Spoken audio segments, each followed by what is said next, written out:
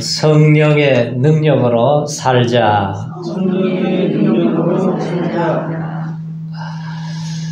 이세 집안에 8명의 아들이 있었지요. 그 중에 막내가 다윗입니다. 근데 사무엘이 이제 하나님 명령을 받들어서 기름 부으러 이제 가서 그 아들들, 첫 아들을 보니까 엘리압인데, 너무너무 잘생겼어요. 여기 왕으로 세울 사람이 여기 있구나 생각하고 기름을 부으려고 그랬더니 하나님이 아니라는 거예요. 둘째 아들 삼마도 아니라고 그러고, 7째까지 다 했는데 아니라는 거예요.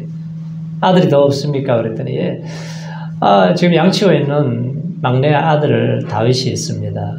불러오세요. 그랬더니 보니까 하나님이 기름 부을 자예요. 집안에서는 큰 행사가 있어도 참석도 안 하던 아들인데 하나님의 마음은 달랐어요. 그래서 그 다윗에게 하나님이 이제 기름을 붓게 하셔서 그가 앞으로 왕이 될 것이다. 그러죠. 자, 다윗의 인생이 하나님의 성령의 기름을 붓고 난 이후부터 인생이 달라졌어요. 우리가 살아가다 보면은 인생이 너무 공고하고 허무하기도 하고 때로는 힘이 들 때가 있죠. 그럴 때에 우리가 하나님의 말씀을 듣고 성령의 기름 부음을 받을 때에 내 인생이 새로워지고 전환점을 가져오게 될 줄로 믿습니다. 사람들이 죄인으로 태어나서 살다가 성령의 기름 부음을 받을 때에 먼저 생각이 변화가 돼요. 그 다음에는 말이 달라집니다. 행동이 달라지고, 그래서 살고 나면은 열매가 달라지는 거죠. 다윗은 별 볼 일 없는 목동이었어요. 제주라고는 수금 타는 것밖에 할 줄 모르고, 그리고 그가 나이도 어리고 배움도 깊지를 않았습니다. 리더로서의 특별한 훈련을 받은 것도 없는데 그 시대의 영웅이 된 것은 하나님의 성령의 기름 부음을 받았기 때문이라는 거죠. 자, 성경에서 오늘 말씀을 하세요. 사무엘이 기름 불을 취하여 그 형제 중에서 그에게 부었더니 이날 이후로 다윗이 여호와의 신에 크게 감동하니라. 그럽니다. 자, 다윗은 성령의 감동함을 입었어요. 그래서 골리앗을 물러친 것, 전쟁을 하면은 승승장구했던 것, 역사의 길이 남을 지도자가 된 것은 다윗이 잘나서 된 게 아니에요. 하나님이 성령의 기름 부음을 부어주셨기 때문에 그의 인생에 놀라운 역사가 일어나게 된 거죠. 여호수아도 마찬가지예요. 모세 시종으로 쫓아다니던 사람이 하나님의 신의 감동을 받으니까 이스라엘 백성들을 쫙 인도하는 지도자가 되고 가나안을 정복하기 위해서 땅을 분배하는 주인공이 된 것입니다. 자, 오늘 우리가 살아가면서 필요한 것이 뭐냐? 하나님은 좋은 것 주시겠다고 그랬어요. 그게 뭐냐면 성령을 부어주시겠다. 가장 좋은 것이 성령을 부음받는 거예요. 구하고 찾고 두드리라. 내가 좋은 것을 주시겠다는 거예요. 성령의 힘을 받으면 뭐가 달라져요? 우리가 내 자신을 이길 수가 없어요. 그러나 성령님이 임하시면은 내 자신을 이기고 세상을 이기고 어둠을 이기고 마귀의 머리를 짓밟고 이기고 살아갈 수 있는 새 힘을 얻고 능력을 받고 살아갈 수 있는 종이 된다는 거죠. 자, 사람 두 가지 생각을 해요.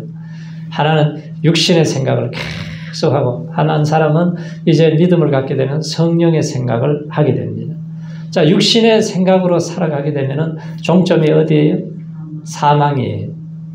영의 생각을 하면 생명과 평안이다. 이 두 생각은 항상 대적합니다.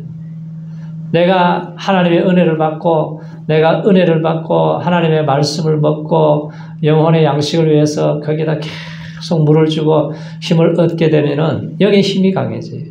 그러나 계속 세상의 염려, 근심, 걱정이 들어와서 마귀가 주는 생각을 하게 되면은 이 두 사이에서 속에서 대적에 싸우면 누가 이기겠어요?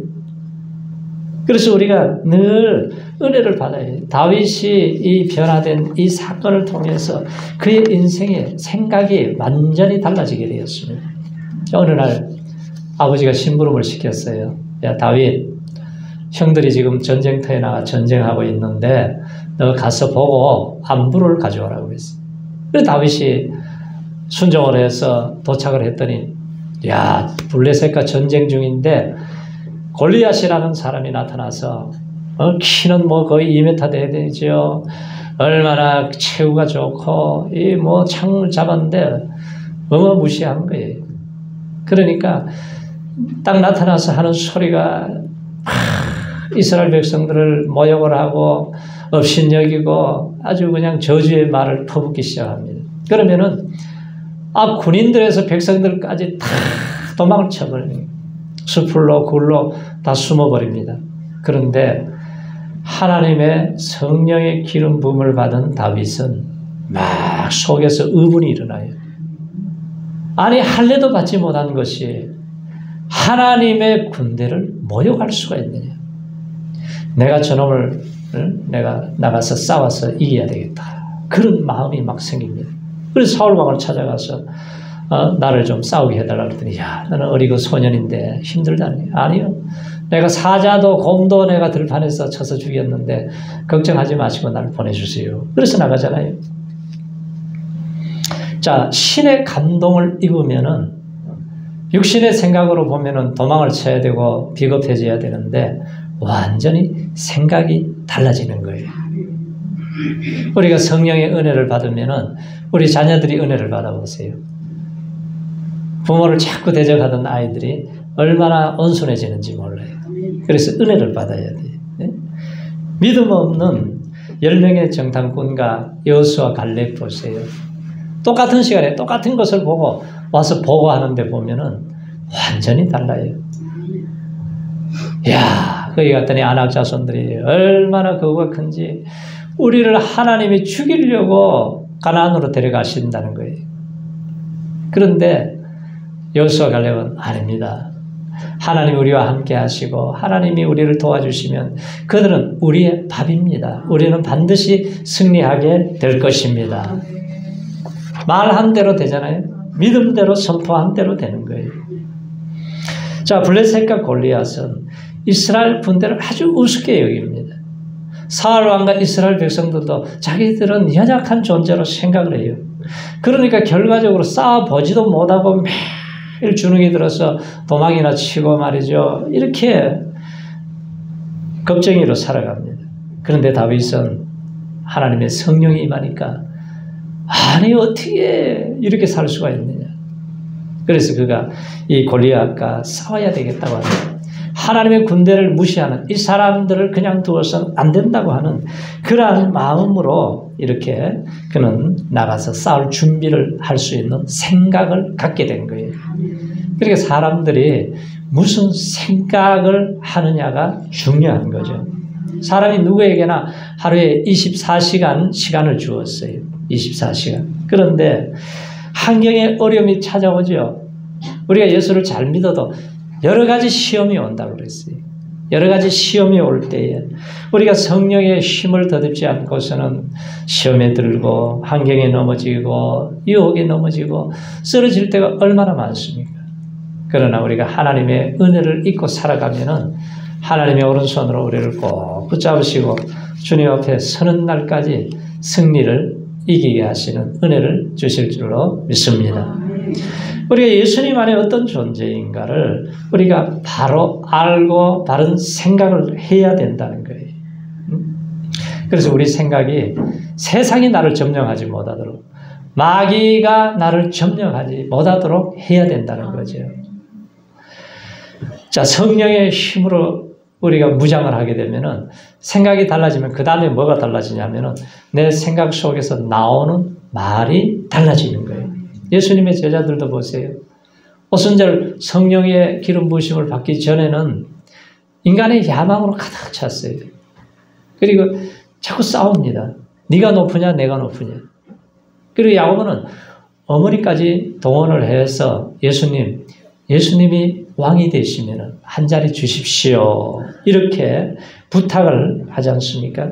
그런데 성령의 충만함의 오순절을 모여서 같이 기도하고 힘을 다해서 전에 기도의 힘을 쓰니까 급하고 큰 바람 같은 성령의 임재가 온 집안에 가득하게 되었어요. 불의 같이 갈라지는 성령의 역사 각 사람에게 임하게 되자 성령으로 말하기를 시작하게 되죠. 그리고 방언을 얘기하기 시작해요. 방언으로 말하기 시작해요. 그래서 그날 이후로 이 사람들이 나가면은 3,000명이 구원을 받고 안전뱅이가 일어나게 되고 눈먼 자들이 보게 되고 이 기적의 역사가 일어나게 되고 그 학식 많은 사람들 대제사장까지도 무릎을 꿇게 만드는 한 도시를 완전히 변화시키는 하나님의 역사가 일어나게 된 거예요. 안타깝게도 오늘날 이 말이 너무나 타락해져 갑니다. 너무나 상처를 주는 말을 많이 해요. 성경에도 보면은 칼로 찌른같이 함부로 말을 해서 사람들을 넘어뜨린다고 그러잖아요. 오늘날 사람들이 거짓말을 만들어서 가짜 뉴스를 만들고 말의 공해 시대에 살아가는 수많은 사람들이 말로 인해서 상처를 받고 말로 인해서 스트레스를 받아요. 말에 존경심이 없고 품격이 사라져 버렸잖아요. 그래서 좋은 신앙은 말하는 걸 보면 돼요. 아, 이 사람이 진짜 좋은 신앙의 사람인가 하는 것은 그 사람의 입에서 무슨 말이 나오는가를 잘 보세요. 아직까지 이상한 말이 나오고 상처 주는 말을 하고 헛소리 많이 하는 사람들은 이 사람의 신앙은 아직까지 제대로 되지 않았구나. 그렇게 진단을 하는 것이 정확한 거예요. 자, 우리가 말을 잘해도 복을 받는다고 말씀을 하잖아요. 생명을 사모하고 장수하여 복받기를 원하는 사람은 누구냐? 내 혀를 악에서 금하며 내 입술을 개사한 말에서 금할지어다. 자, 다윗이 숱한 고난 가운데서도 낙심하지 않았던 비결이 뭐예요? 말을 잘한 거예요. 그 고난을 당하고 도망을 다니고 환란이 일어나고 할 때도 그 시편에 보면은 하나님을 찬양을 하잖아요. 하나님을 찬양하고 지금 아들이 반란을 일으켜서 지금 맨발로 도망을 치면서 죽을 지경인데 여호와는 나의 목자시니 내게 부족함이 없으리로다. 그가 나를 푸른 초장에 누이시며 쉴만한 물가로 인도해 주신다. 이 노래를 하는 거 보세요. 하나님이 들으시기에 기뻐하는 말을 해요. 자, 다윗이 골리앗이 소리치는 소리 들었습니다. 골리앗이 딱 나타나서 하는 말이 야 이놈아 네가 나를 개로 여기느냐. 내가 너를 오늘 공중의 새와 들짐승에게 먹이가 되도록 만들어버리겠다는 거예요. 그랬더니 다윗이 뭐라고 얘기합니까? 너는 칼과 창과 단창으로 내게 나오지만 나는 네가 모욕하는 만군의 여호와 이름으로 내게 나간다. 여호와께서 너를 오늘 내 손에 붙여주실 것이다. 전쟁은 여호와께 속한 것이다. 내가 너로 시체를 만들어서 공중의 새와 들짐승의 먹이가 되도록 만들어 버리겠다. 여호와인 것을 알게 해주겠다고. 이기는 것이 칼과 창에 있는 것이 아니라는 것을 보여주겠다고 선포하고 다윗 손에는 뭐가 있어요? 물맷돌 5개밖에 없습니다. 그런데 막 물맷돌로 달려가면서 그가 담대한 선포한 말씀대로 그가 움직이기 시작합니다. 자, 하나님을 우리가 온전히 신뢰하고 믿고 나아갈 때 용기 있게 성령으로 말씀을 하심을 따라서 선포하고 나갈 때에 하나님이 우리 인생을 책임져 주시는 거예요.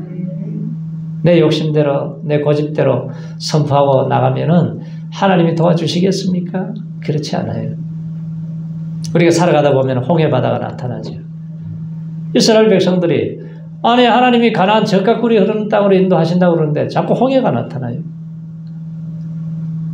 홍해가 나타날 때에 육신의 생각을 가진 이스라엘 백성들과 성령의 사람 모세하고 이렇게 비교를 해보세요. 육신의 생각으로 살아가는 이스라엘 백성들이 앞을 받아 죽게 생겼어요. 건너갈 수도 없어요. 뒤에 보니까 막 애국 군대가 막 특별병을 끌고 지금 잡으려고 쫓아오고 있습니다. 절망이에요. 그러니까 막 불평이 터져나오잖아요. 모세야! 애굽에 매장지가 없어서, 무덤이 없어서 우리를 이까지 끌고 나와서 죽이려고 하느냐고. 아니 어떻게 우리를 이렇게 괴롭히냐고. 애굽으로 돌아가자 그럽니다. 그런데 기도하던 모세는 뭐라 그래요? 두려워하지 말라고. 가만히 있어서 여호와께서 오늘 구원하시는 것을 눈으로 보라 그랬습니다. 이 애굽 사람을 통해서 하나님의 영광을 보게 될 것이다. 여호와께서 싸워주실 것이고 반드시 우리는 승리하게 될 것이다. 모세가 선포하자 홍해가 쫙 갈라지게 되고 애굽 군대가 물에 수장될 때에서야 아 하나님이 살아계시구나 하는 것을 그대로 보게 만들어 주시잖아요. 그래서 우리가 성령으로 생각하고 이제 말하면은 그 다음에 우리의 행동이 바로 하나님의 뜻대로 가게 되어져 있다는 거예요. 자, 다윗은 골리앗을 향해서 자 너를 오늘 내가 들짐승의 밥이 되도록 만들어 주겠다. 그런 다음에 말로만 했습니까? 오늘날 많은 사람들이 계획을 세우고 하나님 앞에 기도하고 뭐 이렇게 하겠습니다. 그런데 기도만 해놓고 말로만 하고 그 다음에 움직이질 않아요. 그러니까 하나님이 일을 못 하시는 거죠. 다윗은 선포한 말대로 막 항우를 벌이고 쫓아나갑니다. 달려나가요. 달려나가면서 물맷돌 하나를 탁 던졌는데 정확하게 투섰죠. 갑옷 입었죠. 들어갈 때는 어디예요? 이마밖에 없잖아요. 네? 아마 박찬호 선수도 제대로 못 맞췄을 텐데 어떻게 던졌는데 이마에 딱 맞더니 푹 쓰러지는 거예요.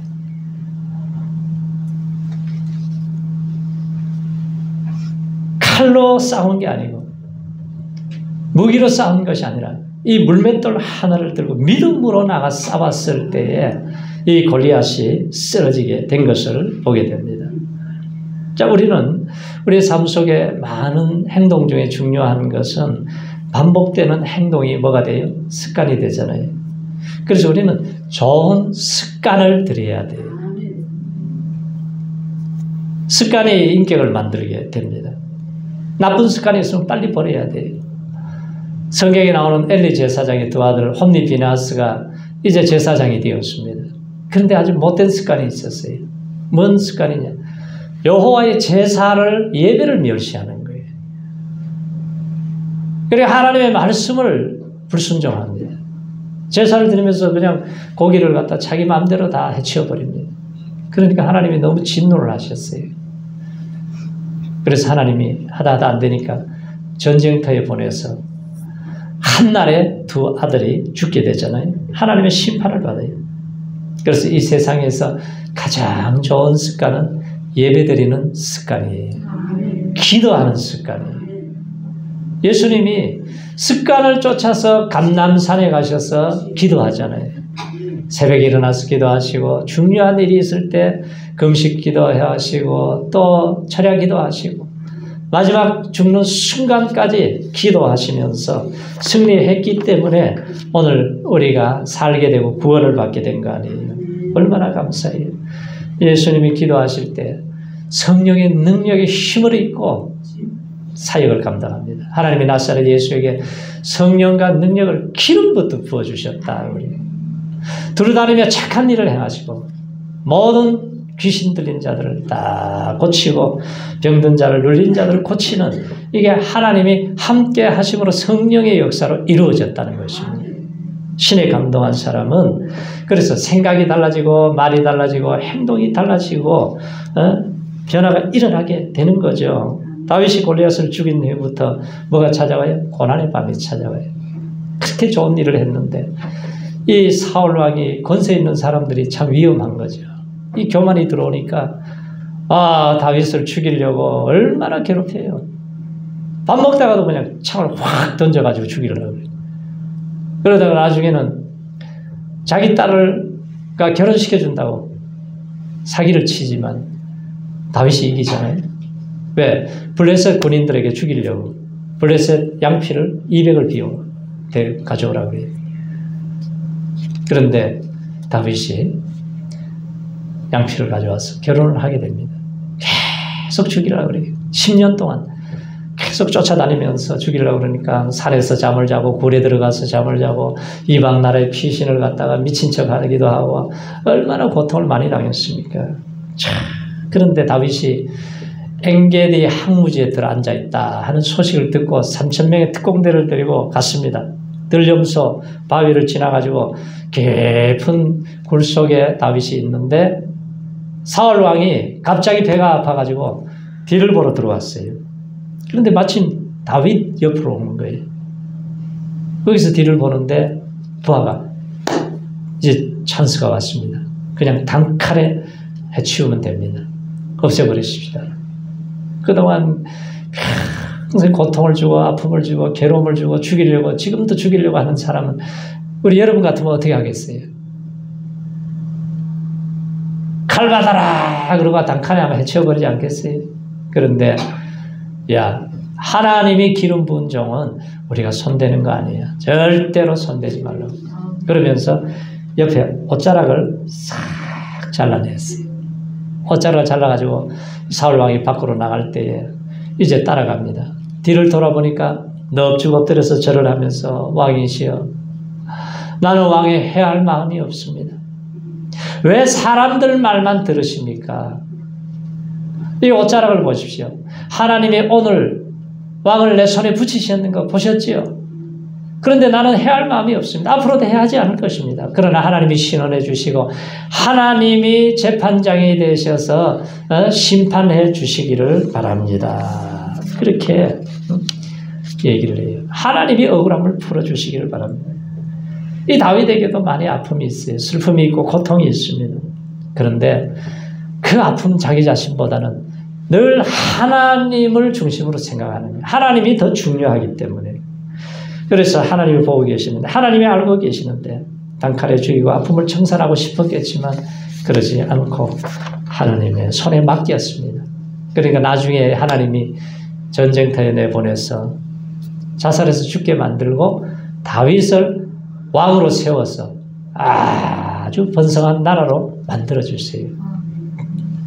자, 육신의 생각으로 사는 사람, 성령의 생각으로 사는 사람은 이제 마지막에 뭐가 나타나는 열매가 달라요. 열매가. 육신으로 살아가게 되면은 열매가 반드시 나타나는 것이 음행과 더러운 것과 호색과 우상숭배와 술수, 원수 맺고 당짓고 시기하고 분내고 투기와 술취함과 방탕한 생활. 이런 열매, 하나님의 나라 유업으로 받을 것이 아무것도 없는 거예요. 그러나 성령의 열매는 9가지 열매가 맺혀요. 우리 같이 외워보세요. 오직 성령의 열매는 사랑과 희락과 화평과 오래 참음과 자비와 양선과 충성과 온유와 절제 9가지 열매가 맺히는 거예요. 예수 믿는 사람들을 잡아 죽이던 악행자의 포행자였던 사도 바울이 예수님을 딱 만나고 나서 성령의 사람이 되니까 삶 속에서 이 9가지 열매가 그대로 맺혀집니다. 그렇게 예수 믿는 사람들을 괴롭히던 사람이 하나님의 강권적인 사랑을 부음받고 나서부터는 하나님의 사랑을 증가하면서 얼마나 고난을 많이 당해요. 가는 곳마다 이 하나님의 사랑의 복음을 전해서 사랑의 열매를 주렁주렁 맺게 하십니다. 그리고 바울이 빌립보 감옥에서 또 로마 감옥에 들어앉아서 억울한 일을 당하고 있지만 그런데 하나님의 십자가의 은혜와 사랑을 받고 이 기쁨이 충만하니까 감옥 안에 있는 사람이 뭐라 그래요? 주 안에서 기뻐하십시오. 항상 주 안에서 기뻐하십시오. 내가 다시 말하는데 기뻐하십시오. 이 기쁨의 열매를 맺잖아요. 원수가 함께했던 사람들을 그리스도께 중매쟁이로 내가 살아간다 하면서 화목하게 만들어요. 화평케 만들고 복음을 전하면서 동족이 괴롭히고 사람들이 죽이려고 할 때도 끝까지 복음을 전해서 그들에게 오래 참으면서 복음을 전해요. 그리고 그렇게 괴롭히는 사람들을 그대로 받아들이는 자비로운 마음을 갖고 자비의 열매를 맺습니다. 그전에는 어떤 사람이 살기가 위협이 등등했다 그래요. 사람 짐승같이 살았어요. 그런데 하나님의 손에 딱 붙들려서 성령의 사람이 되니까 훈련이 되어져서 내가 살아도 주를 위해 살고 죽어도 주를 위해 죽는 살아 죽으나 나는 주님의 것입니다. 이 고백을 하면서 그가 어떤 열매를 맺어요? 끝까지 온유한 성품으로 살아가게 됩니다. 이거 사람이 어떻게 이 사람을 만들 수가 있겠어요? 그렇게 잔인하던 사람인데 완전히 바뀌어지잖아요. 그리고 선한 싸움을 싸우고 달려갈 길을 마칠 때까지 끝까지 충성합니다. 순교하는 자리까지 갈 때까지 충성을 했어요. 충성의 열매를 맺고 마지막에는 운동장에서 다름질 하는 자들이 다 달아나도 모든 일에 절제한다고 그러잖아요. 모든 일에 절제. 그래서 바울은 자기 자신의 몸을 쳐서 복종시켰다고 그래요. 이 절제하는 삶으로. 그의 삶이 살고 난 다음에 보면은 9가지의 열매가 열매쳐 있어요. 그래서 우리 성도님들은 이제까지는 어떻게 살았는지 모르지만 그러나 올해부터는 성령의 열매를 맺는 삶을 사시기 바랍니다. 구약시대든 신약시대든 주님 오실 때까지 신의 감동한 사람을 쓰신 거예요. 제자들이 언제 쓰임받습니까? 오순절을 경험하고 나서 쓰임받는 거예요. 그래서 하나님은 우리에게 구하고 찾고 두드리라. 아들이 생선을 달라면 뱀을 주겠느냐. 자식이 아무리 약해도 좋은 것 주기를 원하는 것이 아버지 마음인데 하나님 아버지께서 성령을 주시지 않겠느냐. 좋은 것 성령을 주신다는 거예요. 성령이 언제 임해요? 하나님의 말씀을 들을 때 임하는 거예요. 우리가 하나님 앞에 기도할 때 임하는 거예요. 하나님을 찬양할 때 임하는 거예요. 안수 받을 때 임하는 거예요. 우리가 금요일 와서 안수 받고 기도하세요. 하나님의 성령의 기름 부으심을 우리가 경험하게 되면은 우리 인생이 2024년도에는 새로워지고 변화될 줄로 믿습니다. 내 신앙이 잃어버린 전성기를 회복하는 은혜를 주시기를 축원합니다. 할렐루야.